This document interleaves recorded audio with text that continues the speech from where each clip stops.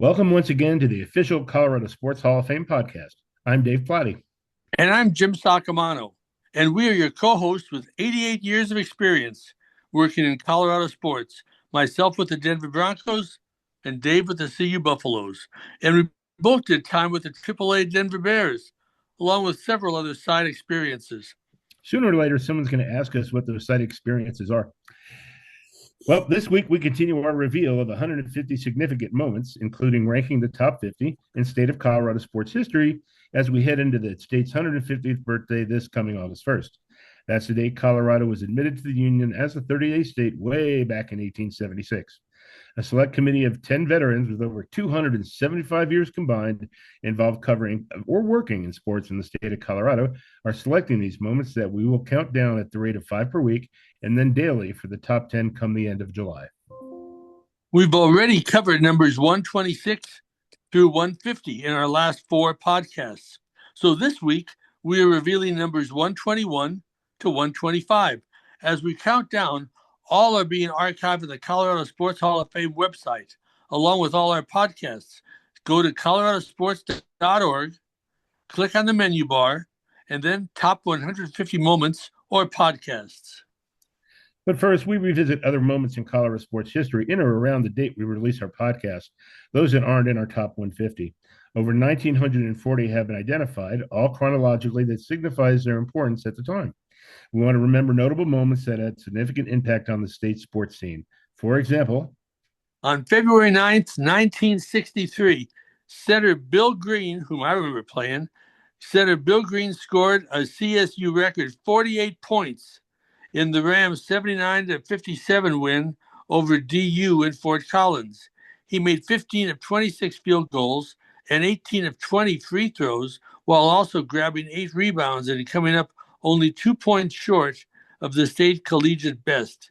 Green would finish third in the nation in scoring with a 28.2 average. And people have to remember back in those days, no three-pointer. That's exactly correct. And no shot clock. So he's firing up 26 shots, and the DU wasn't slowing the game down. On February 9th, 1991, Metro State senior Adrian Hutt dished out a state collegiate men's record 25 assists in a 122-92 win over Saccomano State in Denver. He tied the Division II record set the previous week by Morris Brown's Ali Bagar, and those records still stand to this day. It remains the only 20-plus assist game by any collegian in the state. On February 8th, 1936, in the second ever National Football League draft, the first player with ties to the state of Colorado, Denver guard Alex Drobnich, was selected by Philadelphia in the 5th round, 41st overall pick. His teammate, Back Ray Johnson, was the last pick of the 9th round, 90th overall. And now let's go all the way back to February 11th, 1893. Colorado Agricultural College, now CSU, created a football program in January and challenged CU to a game, its first intercollegiate opponent. CU traveled to Fort Collins and won 70-6 before 1,000 spectators. Now, the Rocky Mountain News listed the score as 74-6. The Boulder Camera listed the score as 62-6, and one day earlier, but no account could be found of any game details. Which back then they just wrote about, hey, look who got into the game.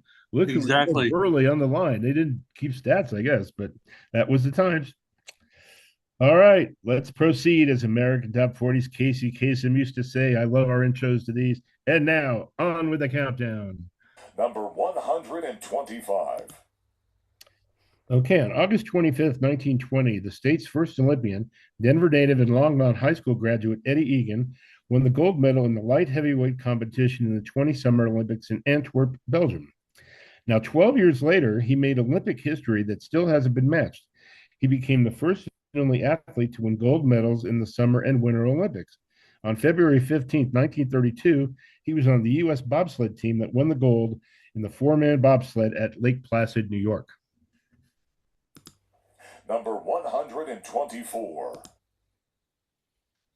On June 11th, 1955, in its third appearance in the College World Series, the University of Northern Colorado recorded the first win by a state college in the event, upsetting top-ranked Southern California 2-1. Wayne Coates doubled home George Sage in the fourth inning, giving the Bears a 2-0 lead. Sage pitched a complete game and allowed only 6 hits, striking out 3. UNC would then be eliminated by Wake Forest and Arizona. Northern Colorado has the most appearances of any state school in the College World Series, as the Bears have won District 7.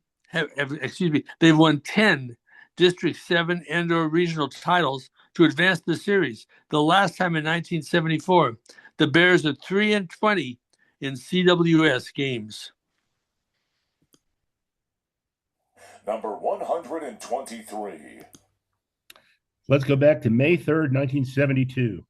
The Denver Spurs, regular season champions of the Western Hockey League, went on to win the Lester Patrick Cup by defeating the Portland Buckaroos 6-0 and win the championship series in 5 games. Denver had swept the San Diego Gulls 4-0 in the semifinals. Now, this is a great hockey name. Fran Huck, the league MVP, scored 9 goals with 4 assists in the playoffs. Rookie defenseman Glenn Patrick was first presented with the Patrick Cup postgame, as it was named after his famous grandfather. It was the city's first professional hockey title, some 24 years before the Colorado Avalanche won the Stanley Cup in 1996. Number 122. November 30th, 1985. I remember this well. I was on an airplane at the time with the Broncos in what many consider to be one of the greatest upsets ever in Colorado high school football. Lakewood, the Lakewood Tigers, with all of 27 players on its roster, manhandled heavily favored Cherry Creek 47-8 in the 4A championship game. It wasn't a fluke. Lakewood finished 13-1, with the Tigers' average margin of victory being 22 points. On a frigid day at CU's Folsom Field, Lakewood zoomed to a 31-0 halftime lead. Okay, so I'll put you up here. And never looked back. The Tigers outgained the Bruins 101 to 194 in total offense in what is still one of, if not the, most lopsided title games in state prep history. I remember Dan Reeves' son, Lee, was playing for Cherry Creek, and Dan called him from the plane and asked how bad the score was. And Lee said, well, Dad, it was, 47-6-8. And he said, oh, that's terrible. And Lee said, we lost, Dad, we lost. And Dan said, what? But they did lose. Cherry Creek lost to Lakewood. And being at CU, I ran the stat crew for that game. And John Embry, a Cherry Creek grad, was in the press box with me watching because it was cold. He wasn't too happy with the outcome. And I kind of wonder if our producer, Todd Sanstead, was on the stat crew that day. We'll have to find that out. Number 121. On December 8th, 1996, the Colorado Explosion's Debbie Black became the first woman and only the 5th professional ever to record a quadruple double with 10 points, 14 rebounds, 12 assists, and 10 steals in a 91-75 home win over the Atlanta Glory. It has occurred only 4 times officially in the NBA, all before Black's, by Nate Thurmond, Alvin Robertson, Hakeem Olajuwon, and David Robinson. Though quite likely, to be honest, Wilt Chamberlain probably did it before block shots were tracked in the 1960s. Black's is actually the last quadruple double in all of pro ball. Grambling's Shaquilla Hill had 2, one each in 2018 and 2019, for the only known ones in college. Now, at this time, we want to bring in our executive producer, Tim Simmons, who was the PR director for the Colorado Explosion back then, and the owner of the last quadruple double in pro ball, Debbie Black. Welcome to both of you. Thanks, Dave. Debbie, are you there? Yes, I'm there. Thank you. Yep.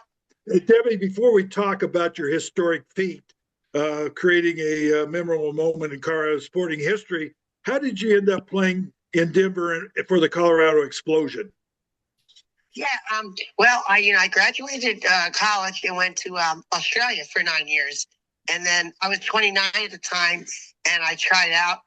I believe it was in Georgia for the ABL, and then they recruited me. I don't know what spot I got picked, but they picked me at the 6th spot, something like the 6th spot to play in Colorado. Debbie, about the game with the Glory, obviously had 10 points, 14 rebounds, 12 assists, 10 steals. What was the last stat that you had to complete to get the quad? Was it points, rebounds, and assist or steal? You know, this no athlete would say this, but the easiest one was the hardest one. I had 8 points. We were up. It was late in the game, and my coach told me to go get a basket. I'm thinking, I didn't know what she was talking about. Cheryl Estes was her name. So she said to get a basket, and that's not something I do very well. It wasn't my forte. I didn't know any of my other stats. And remember in that day, we only had 40 minutes. The NBA had 48 minutes. I'm just throwing that out there. Well, we had 40 minutes. So I went and did a reverse layup to score my 10th point. So to answer to your question, it was my points that I got last. Everything else was not easy. Steals are probably the hardest to get in that situation, but I got my 10th point and I had no idea what I was doing, why I was doing it. So that was the answer to that question. Any other memorable games with the Explosion or living in Colorado, Debbie? Yeah, well, first of all, I won't lie. If I could have stayed in Colorado my whole life, I would have stayed there. Beautiful place, great, just a great city, great fans. We had 13,000 people. We had one of the highest, I think, attendance in a game against the New England Blizzard. So that would be Jennifer Rosati at the time. I just an incredible experience. Of course, playing against Dawn Staley in one of the games at Colorado was a memorable experience. I broke 3 ribs, but I came back and played 3 days later. So I think I remember weird things like that. But just being champions, we were champions in the division.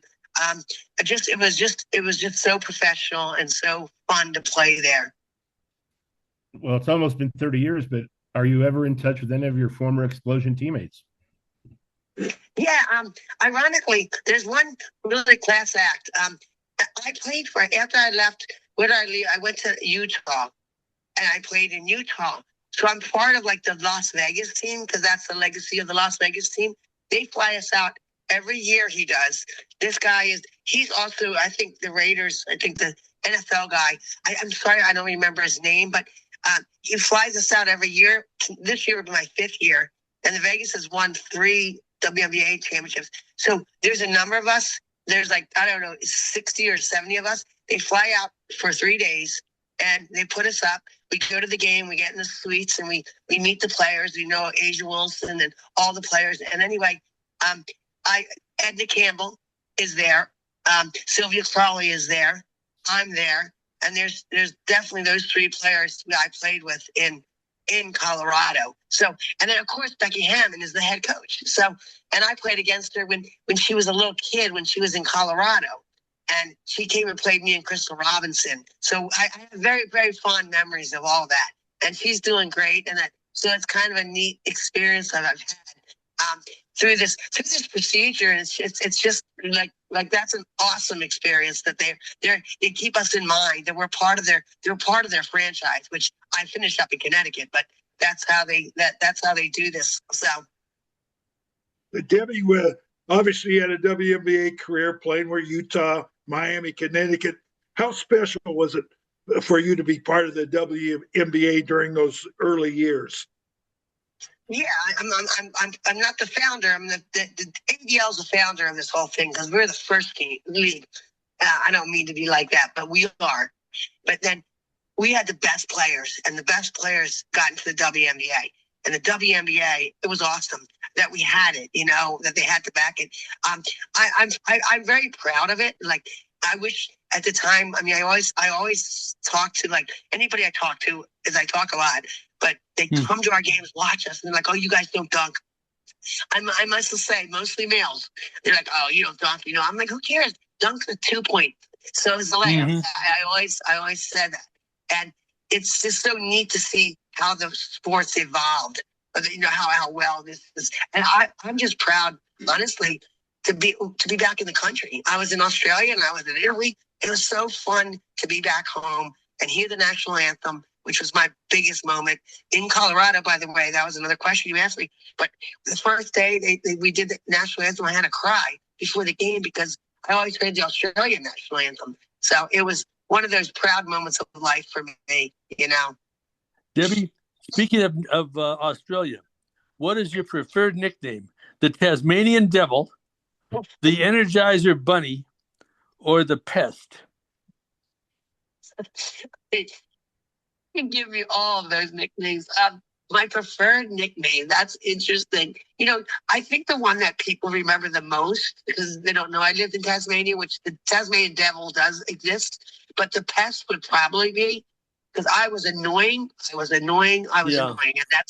that's what a pest means to me. Tasmanian Devil, they don't know what that looks like, and that's a mean creature. You were very annoying. I don't really like the devil. You were very annoying. Debbie, how does a 5'4" player like you become the defensive player of the year in the ABL and WNBA? Well, I will have to correct you on that. I'm 5'2.5", and that's the reason. I'm closest to the floor. I'm closest to the ball. Bring the ball. Try to bring the ball up against me. That was everything about me. My proud, like, my fitness level was higher than anybody in the league. I won't back that down. But think about where you dribble and where I am. I'm like, I can, the nose is like right at my ball. So I broke my nose 9 times, but that didn't matter. It just was one of those things you did. And that's what made me good. And my size made me good in the other way. I wasn't 7'2". I was 5'2". And that's how it worked for me. And I think I always tell people, I do a lot of speaking. Listen, use what your strengths are.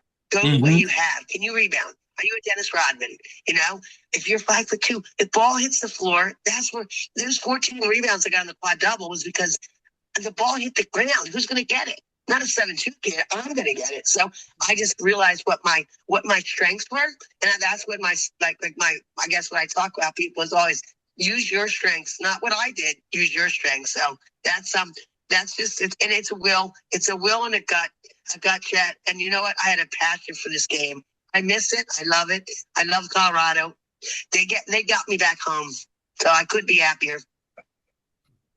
You know, the country's divided on so many fronts right now, but the most surprising one is the opinions about Caitlin Clark. What do you think about Caitlin and what she's done for the sport? Oh my God. I can't even think anyone can say anything negative about that kid. I coached at Ohio State, so I know this kid from her freshman year. I said, oh my God, this kid's special.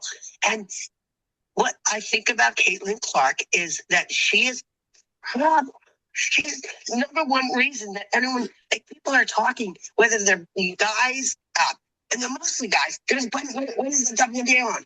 They never care. And now when I talk about WNBA and they say, you played in it? Caitlin Clark, she has put us on the map. I love her. I love her game. I just think I don't know. I don't care how we got there, but everyone wants to know when we're playing. And I'm talking men and women and older people that didn't even care about WNBA. They used to say, oh, you played for WNBA. They didn't care. Now it's like, oh my God. I said, yeah, I did. So she's great. I mean, she's great. She's put us, like I said, I don't know why there's any negativity about what she's done. And unfortunately, she didn't play a lot last year, but it's amazing to think that we're going to bigger arenas to see women's basketball. Like, they're packing arenas. They have to, because everyone wants to go. So I think she's terrific. She's amazing. And she can do amazing things. She's a little reminds of Seth Curry, and that would be my analogy of her, because the way she can shoot from distance beyond what I can't even shoot from a foul line. And she's amazing. So I never thought the WNBA would be this big, and she's put us on the map, which I can't thank her enough, to tell you the truth. So I don't know why anybody has a negativity. I don't care. I didn't make as much money as she did. I'm proud that people are excited about women's basketball, because they can really play. The game has been awesome, involved because of Caitlin Clark. I don't care what anybody says. Angel Reese can say what she wants. I don't care. I just want to say Caitlin Clark put us on track. So that's my opinion. And of course, women's Finals Fours have been selling out for quite some time now in college too. Yeah. Debbie, finally, what are you doing these days? I know you're back home in Pennsylvania, living with the family and so forth. So, what are you doing? Yeah, so this is going to be a kicker. I was coaching high school, and I stopped coaching anyway. I was coaching college. I said it's time to kind of retire. So I'm coaching my nephews, my great nephews, 7 and 8 year olds. Now we're 3-0. We're doing good. But you have any idea what it's like to coach a 7 and 8 year old? So I'm doing that. I'm doing camp clinics and motivational speaking, and then I also, believe it or not, I don't know if you guys know what this is out that area. Do you know what the Wawa is? Yeah. Okay, Wawa is like a 7-Eleven kind of a way higher class. So I'm a manager at a Wawa. It's really fun. It's basically retired. I'll be 60 this year, so I'm really having fun. But I'm still coaching. But the 7 and 8 year olds, you want to talk about how hard that is? And I'm trying hard. But I still play. You know what else I do, guys? I play pickleball. Anybody play pickleball? And I'm pretty good. I can see that. Well, Debbie, thank you very much for being on our podcast today. Right. Hey guys, good luck with everything. Thank you for having me. Like I said, love Colorado. Great sports. A great place to be. I miss it. All right. I'll take care. Thanks, Debbie. Okay, thanks to Debbie and thanks to Tim for popping on with his expertise about the explosion days. We hope you're enjoying our podcast. Keep spreading the word. We want to thank our sponsors, Pasta J's of Boulder, 10th and Pearl, just west of the Pearl Street Mall, and the Colorado Collegiate Chronicle, which Tim edits every week and puts out great news about all the colleges in the state of Colorado. And our introductory voice, Don Pardo of the Colorado Sports Hall of Fame podcast, Mark Johnson, voice of the Buffaloes.